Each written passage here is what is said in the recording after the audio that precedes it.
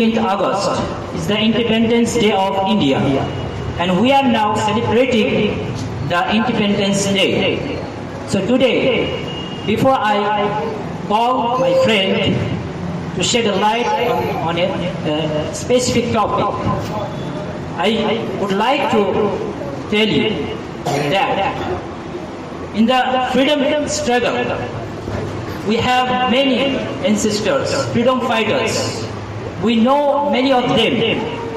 We know many of them, their struggles, their sacrifices. But in the modern history, we do not find our ulamas, our real freedom fighters who fought against British, against colonial rule, who fought by side with other freedom fighters. We do not know their names.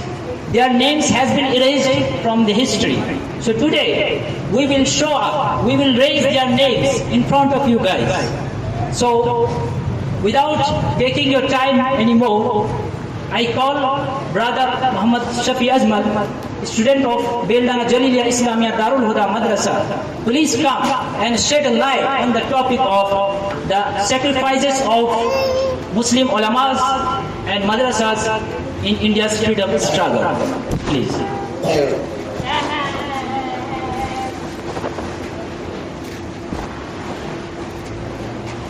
Assalamu alaikum wa rahmatullahi wa barakatuh. Respected guests, honorable teachers, and my dear friends, today I have the honor of speaking on a very important and inspiring topic. The topic is the sacrifices of Islamic scholars and madrasas in India's freedom struggle. The history of India's freedom struggle is incomplete without mentioning the remarkable contribution and sacrifices of Islamic scholars and graduates of madrasas. The madrasas of India did not limit themselves to teaching religious sciences. They also played an important role in creating awareness among the people, protecting the values of the nation, and fighting against the British colonial rule.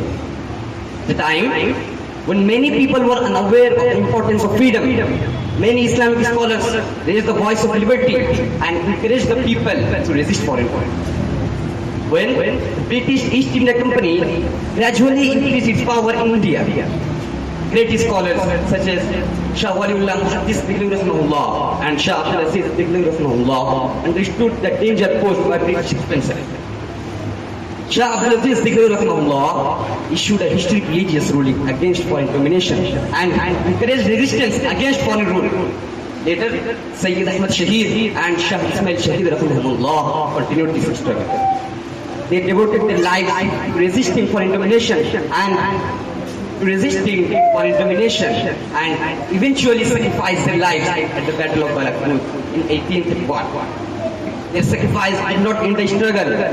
Their followers continued to war and helped to create an atmosphere of resistance that later contributed to the great uprising of 1857. The year 1857 occupies a special place in the history of India's freedom struggle.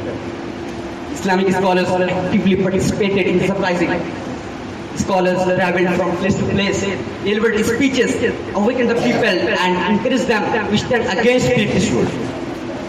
They also personally participated in this uprising. They also personally participated in battles. Among the prominent scholars associated with the freedom struggle were Maulana Mahmud Hassan, Maulana Muhammad Qasim Nadwi, Maulana Rashid Ahmad Gangohi, Maulana Hafiz Zamin Shaheed, Haji Imdadullah Muhajir Makki Rahmatullah. Scholars and freedom fighters fought against the British rule in the Battle of Shamli. There, Hafiz Zamin Shaheed Rahmatullah was martyred in the battle. Maulana Rashid Ahmad Gangohi was arrested while Maulana Muhammad Qasim Nadwi went to the ground after the failure of the uprising. Although uprising of 1857 ultimately failed, courage and sacrifices of these Islamic scholars became an important chapter in the history of India's freedom struggle. After the failure of this uprising, the British government carried out severe operations, particularly against Muslims and Islamic scholars. Many Islamic scholars were arrested, imprisoned, and executed. At that time, the scholars realized that freedom could not be achieved without proper organization, education, and trained individuals. Therefore, Darul Uloom Deoband was established in 1866. The institution became an important center of Islamic learning. At the same time, produced scholars and leaders who played significant roles in the political and social life of the country. Later, Jamiat Ulama-e-Hind was established. It played an important role in awakening the people politically and strengthening the freedom movement.